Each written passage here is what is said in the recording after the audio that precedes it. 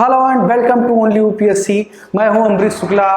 आज से हम शुरू कर रहे हैं एक नया सब्जेक्ट। आप लोग बहुत परेशान थे कि आप केवल एक सब्जेक्ट पढ़ा रहे हैं। अरे ऐसा नहीं है, ओनली यूपीएससी ने कहा है कि सब कुछ कंप्लीट करवाएंगे तो करवाएंगे ना। देखिए शुरू कर दिया नया सब्जेक्ट। ये आपका इकोनॉमी सब्जेक्ट है जो कि बहुत महत्वपूर्ण है, जैसा कि आप मेरे पीछे देख पा रहे होंगे बोर्ड पर। आज मैं सिलेबस की पूरी चर्चा करूंगा, बताऊंगा कि इसका जो है प्री में किस प्रकार के क्वेश्चन आते हैं, मेंस में किस प्रकार के क्वेश्चन आते हैं, यानी कि पूरा का पूरा इकोनॉमिक्स की तैयारी कैसी करनी है इस क्लास में डिस्कस करेंगे। तो आखिर तक जरूर बने रहिएगा, ये बहुत ही इंपॉर्टेंट होने वाला है आपके लिए। अगर आप यूपीएससी और यूपी पीसीएस या स्टेट पीसीएस अन्य स्टेट पीसीएस की तैयारी करते हैं तो ये बहुत महत्वपूर्ण होने वाला है, ठीक है। और एकदम शुरुआत से यानी कि जीरो से शुरू कर रहा हूँ। इकोनॉमिक्स शब्द को आज से जिसने सुना है उसको भी सब कुछ समझ में आएगा, बिल्कुल जीरो से शुरू करूंगा, ठीक है। तो आइए सबसे पहले हम पाठ्यक्रम की चर्चा करेंगे कि पाठ्यक्रम क्या है, उसके बाद ही हमारी बात आगे बढ़ सकती है, ठीक है। तो यहाँ पर आप देख रहे हैं कि अर्थशास्त्र सब्जेक्ट हमको पढ़ना है, जिसको इंग्लिश में इकोनॉमिक्स कहते हैं, ठीक है। और उसका पाठ्यक्रम यानी कि सिलेबस क्या है। तो देखिए किसी भी विषय को, जैसा कि इकोनॉमिक्स आपको छोटे क्लास में भी पढ़ाया गया, हो सकता है कुछ लोगों ने इकोनॉमिक्स में ग्रेजुएशन किया हो या पीजी किया हो, उसके बाद में यूपीएससी की तैयारी कर रहे हो, ठीक है। लेकिन सबका सिलेबस अलग होता है। तो इसीलिए मैंने यहाँ पर क्या लिखा है, यूपीएससी सीएससी, यानी कि यूनियन पब्लिक सर्विस कमीशन का जो एग्जाम होता है, सिविल सर्विसेज एग्जाम, उसके पाठ्यक्रम की हम बात करेंगे, ठीक है। इकोनॉमिक्स के बहुत सारे पाठ्यक्रम हो सकते हैं। एकेडमिक में, इंटरमीडिएट में अलग पाठ्यक्रम होगा, ग्रेजुएशन में अलग पाठ्यक्रम होगा और पीजी में अलग पाठ्यक्रम होगा। कोई रिसर्च कर रहा है तो वहाँ अलग चीज़ें होंगी, ठीक है। तो यहाँ पर जो हम चर्चा करेंगे वो यूपीएससी जो एग्जाम लेती है सिविल सर्विस एग्जाम का, उसकी हम चर्चा करेंगे, ठीक है। तो इसका सिलेबस का 2 खंड होगा, क्योंकि प्री में भी क्वेश्चन आते हैं और मेंस में भी क्वेश्चन आते हैं, ठीक है। तो सबसे पहले हम प्री की चर्चा करेंगे, उसके बाद मेंस की चर्चा करेंगे। अब ये नहीं कि कुछ लोग यहाँ पर पूरा दिख रहा है आपको, स्क्रीनशॉट लियो छोड़ के निकल लिए, काम नहीं बन पाएगा इससे, क्योंकि चीजें आपको लिखा हुआ तो किताब में भी मिल जाता है, लेकिन आप उसको समझ नहीं पाते हैं कि एक्चुअली में है क्या, हमको पढ़ाई कैसे करना है। देखिए ऐसा है कि 2 महत्वपूर्ण चीजें मैं हमेशा क्लास में कहता हूं। एक महत्वपूर्ण चीज है आपकी मेहनत और दूसरा महत्वपूर्ण चीज है आपका स्ट्रेटजी, ठीक है। तो मेहनत आप हो सकता है कि खूब करने वाले हो, कर सकते हैं, हिम्मत है, लेकिन धक्का मारने से दीवार नहीं गिर जाएगी ना। दीवार गिराने का दूसरा टेक्निक होता है। तो हर काम करने का एक स्ट्रेटजी होता है, ठीक है। और वो स्ट्रेटजी आप कैसे समझ पाएंगे, जब आपको ये पता होगा कि काम होता कैसे, उस काम में रिक्वायरमेंट किस चीज की है। तो यहाँ पर रिक्वायरमेंट जो है वो सिलेबस तय होगा और उसके बाद में उसकी स्ट्रेटजी बनेगी। तो स्ट्रेटजी और सिलेबस ये सब एक दूसरे से जुड़े हुए चीज हैं। अगर आप स्किप करेंगे तो चीजें आपके लिए कठिन हो जाएंगी। अगर इस वीडियो में आप समय देंगे तो निश्चित तौर पर आपकी पढ़ाई में ये बहुत जो है उपयोगी होने वाली है, ठीक है। तो प्रारंभिक परीक्षा यानी जिसे प्री एग्जाम आप कहते हैं, जो कि जीएस फर्स्ट पेपर है, यानी कि प्रारंभिक परीक्षा में 2 पेपर होते हैं। शुरुआत क्लास में मैंने इसकी चर्चा की थी। एक पेपर होता है सामान्य अध्ययन का, जिसे जीएस फर्स्ट कहते हैं। जो जीएस सेकंड होता है, जिसे सीसैट कहते हैं, वो जो है उसमें एप्टीट्यूड टेस्ट होता है। तो जो इकोनॉमिक्स का सेक्शन है ये इसी जीएस फर्स्ट पेपर में यानी कि सामान्य अध्ययन में आता है, ठीक है। तो प्रारंभिक परीक्षा में जो सिलेबस यूपीएससी ने लिखा है अपने सिलेबस में, उसमें है कि आर्थिक एवं सामाजिक विकास, आर्थिक एवं सामाजिक विकास यानी कि इकोनॉमिकल एंड सोशल डेवलपमेंट। देखिए यूपीएससी जब कोई पाठ्यक्रम लिखती है तो सबसे पहले एक हेडिंग देती है, उसके नीचे सब हेडिंग देती है। तो उसी तरीके से यूपीएससी ने सबसे पहले क्या लिखा, आर्थिक एवं सामाजिक विकास यानी कि इकोनॉमिकल एंड सोशल डेवलपमेंट। तो यूपीएससी का जो सिलेबस है इसमें वो हमेशा एक हेडिंग देती है जो कि आर्थिक एवं सामाजिक विकास यानी कि इकोनॉमिकल एंड सोशल डेवलपमेंट। इसके अंतर्गत उसने जो सब हेडिंग दिया हुआ है उसमें सबसे पहले उसने लिखा है सतत विकास यानी कि सस्टेनेबल डेवलपमेंट। अब सस्टेनेबल डेवलपमेंट क्या होता है? सस्टेनेबल डेवलपमेंट ऐसा डेवलपमेंट कि आप जो संसाधन है उसका उपयोग इस तरीके से करें कि जो आने वाली पीढ़ियां हैं उनके लिए भी उनके हिस्से का संसाधन बचा रहे, ठीक है। तो इसको कहते हैं सस्टेनेबल डेवलपमेंट। ये बहुत बड़ा टॉपिक है, ब्रॉड टॉपिक है। इसको पढ़ने के लिए जो है हमें कई चैप्टर इकोनॉमिक्स के पढ़ने होंगे, ठीक है। जो दूसरा है वो है पॉवर्टी यानी कि गरीबी, ठीक है। जो दूसरा बड़ा टॉपिक है वो है गरीबी, पॉवर्टी, ठीक। तीसरा है हमारा समावेशन यानी कि इंक्लूजन, सबको एक जो है विकास के मुख्य धारा में जोड़ना। नरेंद्र मोदी जी कहते हैं ना, सबका साथ सबका विकास सबका विश्वास। ये क्या, ये इंक्लूजन है, ये समावेशन है, ठीक है। तो ये भी हमारा जो है सिलेबस का पार्ट है, इसको भी हम पढ़ेंगे। और जो चौथा है वो है डेमोग्राफी यानी कि जनसांख्यिकी, यानी कि हम लोग, हमारा जो कार्यबल है वो किस प्रकार इकोनॉमिक्स में हमारी भूमिका है, उस पर हम चर्चा करेंगे। तो ये मुख्य हेडिंग है जो प्री का आपका इकोनॉमिक्स का सिलेबस है। आर्थिक एवं सामाजिक विकास, जिसको कहते हैं इकोनॉमिकल एंड सोशल डेवलपमेंट। और उसके बाद में सब हेडिंग है सतत विकास, सस्टेनेबल डेवलपमेंट, गरीबी यानी कि पॉवर्टी, समावेशन यानी कि इंक्लूजन, और जनसांख्यिकी यानी कि डेमोग्राफी। उसके बाद में जो पांचवा है हमारा, इसको कहते हैं सामाजिक क्षेत्र में की गई पहलें, ठीक है। तो सामाजिक क्षेत्र में जो सरकारों के द्वारा पहले की गई योजनाएं बनाई गई जो है या कोई स्कीम लाई गई, तो इसको कहते हैं इनिशिएटिव इन सोशल सेक्टर। तो सोशल सेक्टर में जो इनिशिएट किए गए हैं उसकी भी चर्चा हम इसमें करेंगे, ठीक है। अब ये हो गया आपके प्रारंभिक परीक्षा का सिलेबस। अब हम बात करते हैं मेंस की परीक्षा का सिलेबस। चूंकि हमने आपसे कहा है कि हम आपका प्री और मेंस दोनों कवर करवाएंगे, तो हम दोनों को एक साथ लेकर के चलेंगे। अगर हम कोई कॉन्सेप्ट पढ़ रहे हैं, जैसे कि यहाँ पर अभी मैं आपको मैच करके दिखाऊंगा कि प्रारंभिक परीक्षा और मेंस में बहुत सारी चीजें मैच करेंगी आपकी, ठीक है। ये सिलेबस इतना लिखा हुआ है, लेकिन इसके भीतर बहुत सारे टॉपिक समाहित हैं जो यहाँ पर आपको मिलेंगे, ठीक है। तो ये दोनों एक दूसरे से अलग अलग नहीं है, एक दूसरे से जुड़े हुए हैं, ठीक है। कई बार होता क्या है कि स्टूडेंट्स प्री और मेंस को अलग अलग सेगमेंट मान करके तैयारी करते हैं, ये सही तरीका नहीं है। देखिए यूपीएससी की तैयारी जो है वो अलग अलग सेगमेंट में नहीं होती है, उसका एक क्रम है। और ऐसा कहा जाता है, जो बड़े प्रसिद्ध अध्यापक हैं या सिलेक्टेड हैं, वो कहते हैं कि यूपीएससी की तैयारी उल्टी होती है। यानी कि सबसे पहले आपको अपना पर्सनालिटी बनाना होता है। पर्सनालिटी का मतलब आपका पर्सनालिटी टेस्ट तो इंटरव्यू में होता है, लेकिन सबसे पहले यूपीएससी की तैयारी से पहले आपको अपना पर्सनालिटी मेंटेन करना होता है। क्योंकि जब तक आप अपनी पर्सनालिटी मेंटेन नहीं करेंगे, आपकी मेंटालिटी चेंज नहीं होगी, तो आप चीज़ों को उस तरीके से समझ नहीं पाएंगे। और उसके बाद में जो होता है आपका अंडरस्टैंडिंग, विषय की अंडरस्टैंडिंग।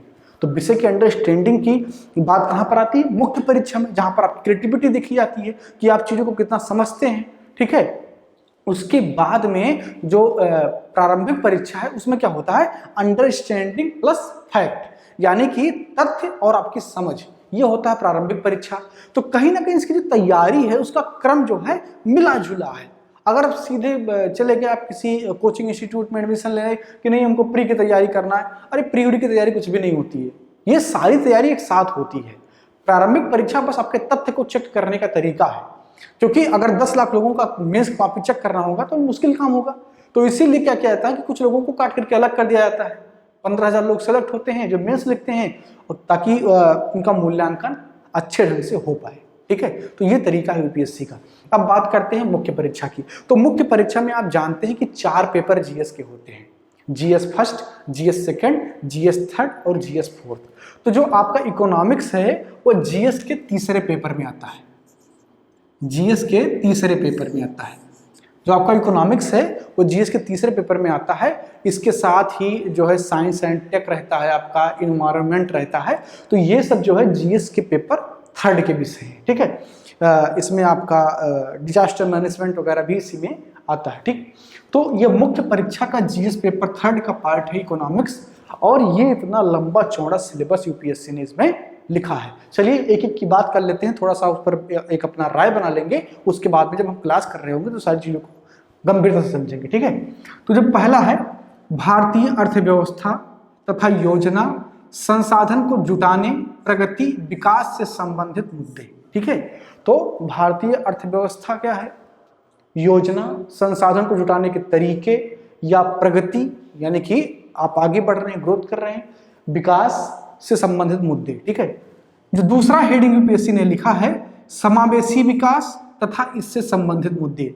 देखिए इसको मैंने सिर्फ हिंदी में लिखा है, इंग्लिश में ना लिखने की एक वजह तो ये है कि बोर्ड पर मेरे पास पर्याप्त जगह नहीं थी, और दूसरी बात ये है कि हिंदी में आसानी से नहीं मिल पाता है सिलेबस। कई बार जो हमारे पिछड़े क्षेत्र के बच्चे हैं जो बहुत ज़्यादा इंटरनेट और ऑनलाइन सुविधा से परिचित नहीं हैं, उनको बड़ी समस्या होती है। जो हमारे इंग्लिश माध्यम के छात्र हैं, जो इस बात को जानते हैं कि सिलेबस निकालना कोई बहुत बड़ी बात नहीं होती है, आप यूपीएससी की वेबसाइट पर जाइए, आपको सिलेबस वहाँ पर मिल जाएगा इजीली, ठीक है, या किसी अन्य वेबसाइट पर भी आपको सिलेबस मिल जाता है। इंग्लिश में सिलेबस मिलना बहुत आसान है, हिंदी में जल्दी नहीं मिलता है, इसलिए मैंने हिंदी में लिखा। कोई टर्म ऐसा इसमें नहीं जिसकी बहुत क्लिष्ट इंग्लिश हो जो आप ना जानते हो। इसमें सब कुछ भारतीय अर्थव्यवस्था मतलब इंडियन इकोनॉमी, योजना, स्कीम, ठीक है, संसाधन, रिसोर्सेस, ठीक है, डेवलपमेंट, ये सारी, इनमें क्या कोई ऐसी चीज़ नहीं जो आप ना समझ पाए, ठीक। तो इसीलिए मैंने इसको हिंदी में लिखा है और हिंदी में मैं बताऊंगा इसको, ठीक है। बाकी यहाँ पर मेरे पास स्पेस था तो मैंने यहाँ पर इंग्लिश में भी लिख दिया था। तो दूसरी बात यूपीएससी ने लिखी समावेशी विकास, ठीक है, यानी कि इंक्लूसिव डेवलपमेंट। उसके बाद में इससे संबंधित मुद्दे। तो तीसरी बात लिखी यूपीएससी ने सरकारी बजट, यानी कि जो गवर्नमेंट बजट होता है, जो हर फाइनेंशियल ईयर में बजट होता है हर फाइनेंशियल खर्चे के लिए, उसको भी इसमें लिखा गया है। निवेश का मॉडल, भूमि सुधार, भूमि सुधार भी इसमें एक जो है इकोनॉमिक्स का एक विषय है, ठीक है। चौथा पॉइंट जो यूपीएससी ने अपने मेंस के सिलेबस में लिखा है, मुख्य फसलें, देश के विभिन्न भागों में फसलों का प्रतिरूप क्या है, सिंचाई के प्रकार, सिंचाई प्रणाली, कृषि उत्पाद भंडार, परिवहन तथा विपणन संबंधित मुद्दे, बाधाएं, किसान की सहायता के लिए ई प्रौद्योगिकी। यानी कि इस सेक्टर ये जो है किसानी, खेती किसानी से संबंधित है, ये भी आपका जो है अर्थशास्त्र का एक विषय है जिसको आप पढ़ेंगे। तो इसमें क्या पढ़ेंगे आप कि मुख्य फसलें कौन कौन सी हैं, उनके भागों का जो अलग अलग भाग में फसलों का प्रतिरूप क्या है, सिंचाई के प्रकार क्या है, जैसे हमारे यहाँ सिंचाई की कौन कौन से साधन हैं, लिख करके कमेंट बॉक्स में बताइए। वैसे जनरली तो आप जानते होंगे हमारे यहाँ सिंचाई किससे होती है, नलकूपों से होती है, यानी कि जिससे वो जो बड़े बड़े मोटर लगाए जाते हैं उनसे होती है, नहर से होती है, बरसात से होती है, यानी कि जो प्राकृतिक रूप से हैं, आसपास में जहाँ नदियाँ होती हैं उनको नहरों से जोड़ा जाता है, उससे भी सिंचाई होती है, टेबल वगैरह से सिंचाई होती है, कुएँ के माध्यम से भी थोड़ी बहुत सिंचाई होती है, ठीक है। तो उन सबका हम अध्ययन करेंगे। सिंचाई प्रणाली का बात करेंगे हम, कृषि उत्पाद भंडार, इसको लेकर के जो है हम बात करेंगे।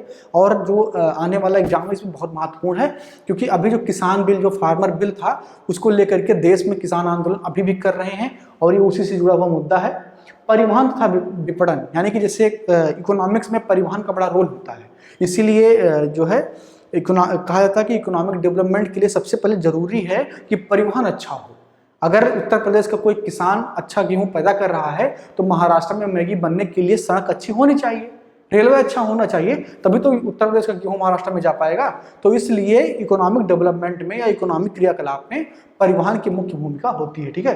तो उसको भी हम पढ़ेंगे। विपणन का मतलब ये होता है कि अभी जो रॉ मटेरियल है और बाद में उसकी जरूरत पड़ेगी किसी अन्य सामान को बनाने के लिए, तो उसके रख रखाव की भी हम चर्चा इसमें करेंगे।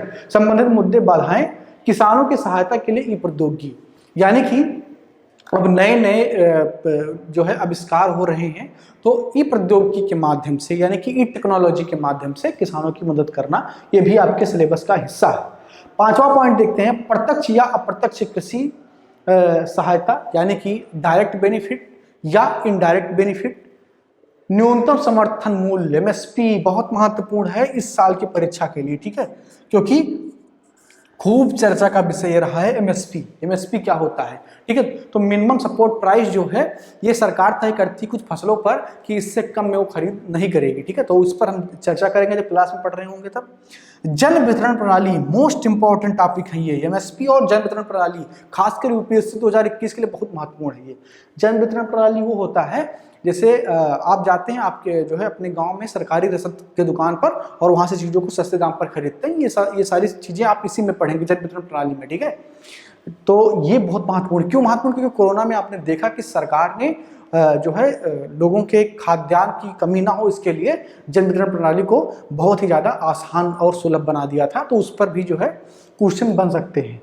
खाद्य सुरक्षा, ये भी उसी से जुड़ा हुआ है, ठीक है। बफर स्टॉक, यानी कि जो सरकार इकट्ठा करती है अपने पास खाद्य भंडार को। पशुपालन, ठीक है, पशुपालन में डेयरी आपका आ जाएगा, मांस उद्योग, तो ये सारी चीजें आप इसमें पढ़ेंगे। तो छठा पॉइंट है भारत में खाद्य प्रसंस्करण संबंधित उद्योग, ठीक है।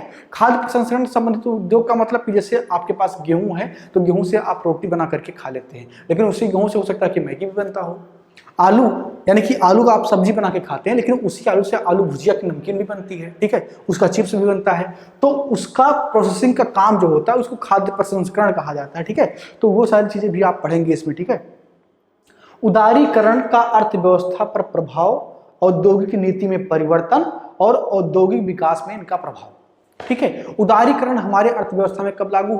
1991 में, जब हमने एलपीजी को अपनाया, यानी कि लिबरलाइजेशन, प्राइवेटाइजेशन, ग्लोबलाइजेशन को जब हमने उसको अपनाया तो हमारी अर्थव्यवस्था क्या हो गई? उदारीकृत हो गई। उदारीकृत अर्थव्यवस्था का मतलब कि हम जो है अपने यहाँ के व्यापारियों को छूट देंगे ज़्यादा, बाहर के व्यापारियों को इनवाइट करेंगे व्यापार करने के लिए। तो उसका उदारीकरण से अर्थव्यवस्था पर क्या प्रभाव पड़ेगा? औद्योगिक नीति में परिवर्तन, इस पर भी हम बात, क्योंकि एफडीआई के रूल, ये सारी चीज़ें बदलते रहते हैं, देश में व्यापारियों के लिए जो है अलग से एक उनको छूट दिया जाता है। तो उन सबसे संबंधित टॉपिक भी आप इसमें पढ़ेंगे। औद्योगिक विकास में इनका क्या प्रभाव रहा है, क्या सकारात्मक रहा है या नकारात्मक रहा है, इस पर भी आप चर्चा करेंगे। और जो लास्ट और आखिरी पॉइंट है, बुनियादी ढांचा। बुनियादी ढांचा का मतलब कि जो सबसे मूल चीज है, जैसे ऊर्जा, हर सेक्टर में, इकोनॉमिक के हर सेक्टर में एनर्जी की जरूरत होती है। कोई भी कंपनी लगा हुआ तो कैसे काम करेगा? बिना बिजली के काम नहीं करेगा, ठीक है। कोई छोटी मोटी दुकान है तो वहां पर भी बिजली चाहिए, ठीक है। या कोई कंपनी को कोयला चाहिए काम करने के लिए, तो ये सारी चीजें हैं, बिना एनर्जी के काम नहीं होता है। बंदरगाह यानी कि मालों की आवाजाही के लिए, जैसे एक देश से दूसरे देश में व्यापार करने के लिए, या तो अब जो है अब देख रहे हैं कि एक ही स्टेट में जल मार्गों का निर्माण खूब हो रहा है, ठीक है। तो बंदरगाह भी उसके लिए चाहिए, क्योंकि पोर्ट से ही जो बंदरगाह होते हैं वहीं से मालों की आवाजाही होती है, वहां पर उसको स्टोर किया जाता है। तो ये भी महत्वपूर्ण है। सड़क एक इंपॉर्टेंट चीज है, जैसा कि मैंने बताया आपको, परिवहन। और विमान, यानी कि अब आप देख रहे हैं कि विमान जो कमर्शियल प्लेन होते हैं, ठीक है, जिसमें सामानों को रख करके लाया ले जाया जाता है, ठीक है। तो वो सारी चीजें भी क्या हैं, और रेलवे। तो ये है पूरा सिलेबस जिसको आपको पढ़ना। कुछ भी इसमें बचा? अरे कुछ भी नहीं बचा। आप देख रहे हैं कुछ भी नहीं बचा। यूपीएससी का सिलेबस ये ऐसा है, इसीलिए कहा जाता है कि यूपीएससी के एस्पायरेंट को सब कुछ पढ़ना पड़ता है, उससे कुछ भी नहीं छोड़ना। सवाल कहीं से भी गिर सकता है, आपके रूम में मच्छर और यूपीएससी का सवाल किसी भी तरफ से आ सकता है, क्योंकि आपको भी नहीं पता होता ना कि मच्छर किस तरफ से स्ट्राइक कर देगा, क्योंकि वो 3 डायमेंशन में घूमता है। आपका आंख जनरली 2 डायमेंशन में देख पाता है, लेकिन वो 3 डायमेंशन में होता है। तो यूपीएससी का सवाल भी इसी तरीके से होता है, कहीं से भी लटक जाता है, और अगर आपकी अंडरस्टैंडिंग अच्छी नहीं होती है तो आप उसको नहीं कर पाते, ठीक है। तो ये है पूरा इकोनॉमिक्स का पाठ्यक्रम जिसे आपने देखा। अब बात करते हैं कि इसकी पढ़ाई कैसे करेंगे। ये महत्वपूर्ण चीज है आपके लिए। मैंने कहा था कि जो इस वीडियो में बने रहेंगे उनका लाभ जरूर होगा, ठीक है। तो अब उसको मैं बताऊंगा पढ़ाऊंगा कैसे, क्योंकि इसके पढ़ाने के तरीके कई हैं। एक तो हमारे प्रिय विद्यार्थी बहुत परेशान हैं कि एनसीईआरटी उनको नहीं पढ़ाई जा रही है, और उनका परेशानी भी जायज है, क्योंकि एनसीईआरटी के बिना तो कुछ होगा नहीं। एनसीईआरटी बहुत जरूरी है। कई बार होता यह है कि अध्यापक एनसीईआरटी को ध्यान में रख करके ही क्लास का लेक्चर तैयार करता है, लेकिन बिल्कुल एनसीईआरटी यानी कि हूबहू एनसीईआरटी को ही पढ़ा देना, ये एक अलग चीज होता है। तो हमारा जो पढ़ाई का तरीका होगा वो 2 प्रकार का होगा। एक तो एनसीईआरटी हम पढ़ेंगे, और ये एनसीईआरटी कहाँ से कहाँ तक पढ़ेंगे? क्लास 9th और 10th की एनसीईआरटी हम बेसिक रूप से पढ़ेंगे, और अगर ये जरूरत महसूस की गई कि उससे आगे भी एनसीईआरटी क्लास चले तो हम क्लास 11th और 12th को भी जारी रखेंगे। हालांकि जो बेसिक समझ है वो क्लास 10 तक बन जाती है। उसके बाद में जो हमारा दूसरा तरीका होगा, क्योंकि आप अगर यूपीएससी का पेपर देखेंगे तो आप वहाँ पर ये चीज़ महसूस करेंगे कि जो इकोनॉमिक्स के सवाल हैं वो करंट बेस्ड ज़्यादा होते हैं, ठीक है। हालांकि उन सवालों को हल करने के लिए आपका बेस मजबूत होना बहुत जरूरी है, लेकिन उनमें करंट का पर्याप्त जो है समावेश होता है। तो जो हमारा नोट्स होगा, यानी कि जो नोट्स फॉर्मेट होगा पढ़ाने का, उसमें हम करंट प्लस कॉन्सेप्ट को लेकर के चलेंगे, ठीक है। Current plus concept. एग्जाम्पल के तौर पर जैसे एनसीईआरटी तो हम क्लास 9 से 10th 12th 11th ये कर सकते हैं, ये तरीका है पढ़ाने का। इसको हम शुरू करेंगे, आपकी अगली क्लास एनसीईआरटी की होगी, ठीक है। लेकिन जो करंट का मामला है, करंट के मामले में ये बात ये है कि कोई नई, जैसे किसान बिल, मान लीजिए किसान बिल आ गया, तो किसान बिल में क्या बातें हैं जैसे उसमें कहा गया कि सीधे जो किसान है वो जो कंपनी का मालिक है जो कि कारखाना में काम कर रहा है उससे उसे कॉन्ट्रैक्ट हो जाएगा, ठीक है। तो उसके क्या लाभ होंगे, क्या नुकसान होंगे, अब उसी के बीच में हमको एमएसपी भी समझना पड़ेगा, हमको एपीएमसी भी समझना पड़ेगा, ठीक है। तो जो हमारा जो दूसरा वाला फॉर्मेट है हम उसमें वही पढ़ाई करेंगे। जैसा कि आपने देखा था कि सिलेबस में आपको एमएसपी दिखा था, तो एमएसपी कोई करंट का मुद्दा तो है नहीं, लेकिन करंट में एमएसपी को लेकर के ज्यादा चर्चाएं हैं, तो इसका मतलब कि सवाल वहां से आएंगे। तो कॉन्सेप्ट प्लस करंट जो होता है वो आपका जो नोट्स फॉर्मेट में पढ़ाई होगा उसमें हम करवाएंगे। लेकिन जो एनसीईआरटी की बेसिक रीडिंग है वो आपकी अगली क्लास होगी। अगली क्लास जो होगी उसमें हम क्लास 9th का एनसीईआरटी और इसका पाठ नंबर 1 पालमपुर गांव की कहानी, पालमपुर गांव की कहानी, ठीक है। ये इकोनॉमिक्स का जो एनसीईआरटी है, कक्षा 9 की जो किताब है अर्थशास्त्र की, उसका जो पहला पाठ है, पहला चैप्टर है वो यही है पालमपुर गांव की कहानी। पालमपुर एक काल्पनिक गांव है, ठीक है। तो उसकी जो है पूरा रीडिंग यानी कि शुरुआत से लेकर के आखिर तक उसके सवाल को सॉल्व करेंगे हम। तो अगली क्लास में एनसीईआरटी क्लास 9th शुरू हो रहा है और पूरी एनसीईआरटी हूबहू जैसे किताब की रीडिंग कराई जाती है, एक एक चीज समझाई जाती है, उस तरीके से पढ़ाएंगे। और जब हमारा वो कवर हो जाएगा तब हम करंट प्लस कॉन्सेप्ट वाला जो हमारा जो सेगमेंट है उसको हम करेंगे, करंट प्लस कॉन्सेप्ट, ठीक है। तो ये जो हमारा है ये हम एनसीईआरटी के बाद में करेंगे, ठीक है, करंट प्लस कॉन्सेप्ट, ठीक है। तो ये तरीका होगा हमारा पढ़ाई करने का और इसके बाहर फिर कोई सवाल जो है आपसे फंसेगा नहीं। तो अगर आप मन से तैयारी करना चाहते हैं, आपके मन में ये है कि मुझे आईएएस आईपीएस डीएम एसडीएम बनना है, एसपी बनना है, तो जुड़ जाइए ओनली यूपीएससी के साथ। कोई पैसा नहीं लग रहा है, एकदम फ्री, 0 रुपए, कोई पैसा लगना ही नहीं है। एक बार वीडियो देख रहे हैं, 10 बार वीडियो देख लीजिए। जो ये बेचने वाले हैं, जो शिक्षा का व्यापार करने वाले, वो 3 बार केवल देखने का पैसा लेते हैं, 40-40, 50-50 हज़ार रुपये आपसे ले रहे हैं, ठीक है। और कहते हैं कि 3 बार देख लीजिए। अरे भाई कुछ भूल गए तो क्या करेंगे? अगर भूल गए तो क्या आएंगे वो देने? नहीं आएंगे। वो तो बोल देना कि हम 3 बार केवल दिखाएंगे, पैसा ले लिया आपसे 40,000 और नोट्स में आपने लिख भी लिया और कल को भूल गए तो क्या होगा? लेकिन ओनली यूपीएससी पर जो आप पढ़ेंगे वो आप सीधा फिर से यूट्यूब चैनल पर जाएंगे और वीडियो प्ले कर लेंगे, आपको मिल जाएगा। तो ये अच्छा तरीका है, कोई पैसा नहीं लग रहा है, सीधे बस आपको करना क्या है, चैनल को सब्सक्राइब कर लेना है, बेल आइकन को प्रेस कर लेना है ताकि आपको नोटिफिकेशन मिलता रहे। और फीस के रूप में, गुरु दक्षिणा के रूप में आपको लाइक करते रहना है और शेयर करते रहना है, ताकि अगर हम आपको फ्री में पढ़ा रहे हैं तो आप इतना सा काम कर दीजिए कि इसको लाइक कर दीजिए ताकि वीडियो ट्रेंडिंग में आए, और ट्रेंडिंग में आने की वजह से अन्य विद्यार्थी जो ओनली यूपीएससी तक नहीं पहुंच पाए हैं वो भी उनका फायदा जो है उठा पाए। तो बस इतना ही आपको फीस देना है। तो चलिए मिलते हैं अगली क्लास में। शुरुआत करेंगे एनसीईआरटी क्लास 9th इकोनॉमिक्स, जिस पाठ का नाम है पालमपुर गांव की कहानी। ये पहला पाठ है, इसकी चर्चा, विस्तृत चर्चा हम करेंगे। तो चलिए अगली क्लास में मिलते हैं, तब तक के लिए धन्यवाद।